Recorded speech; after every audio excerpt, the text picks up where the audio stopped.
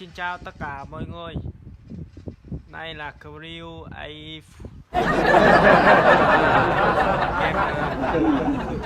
Coming trên Free Fire F14. Đây là cao thủ băng game trên trận đấu kiếm tiền online trên mạng cộng đồng xã hội.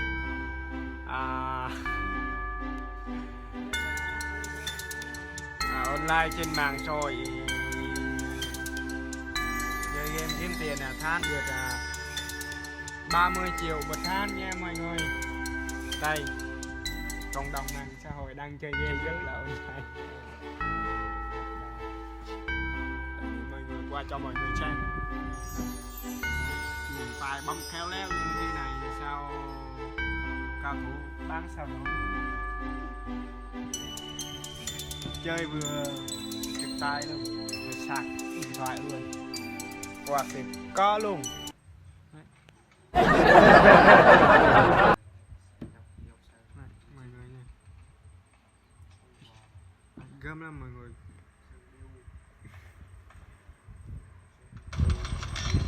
Đây cho mọi người bác xem này, đừng tưởng chơi băng ranh chứ, chơi tới chiến xếp hạng ơi. Qua cho mọi người xem, mọi người có chia sẻ cho mình lên cộng đồng nha mọi người. Để cho nó kiếm tiền online trên mạng xã hội nha mọi người. Đây, rồi có thủ chơi game không? Chơi game cái Free Fire với lại UPM với lại Liên Quân nha mọi người nha. Một tháng nó kiếm được 30 triệu.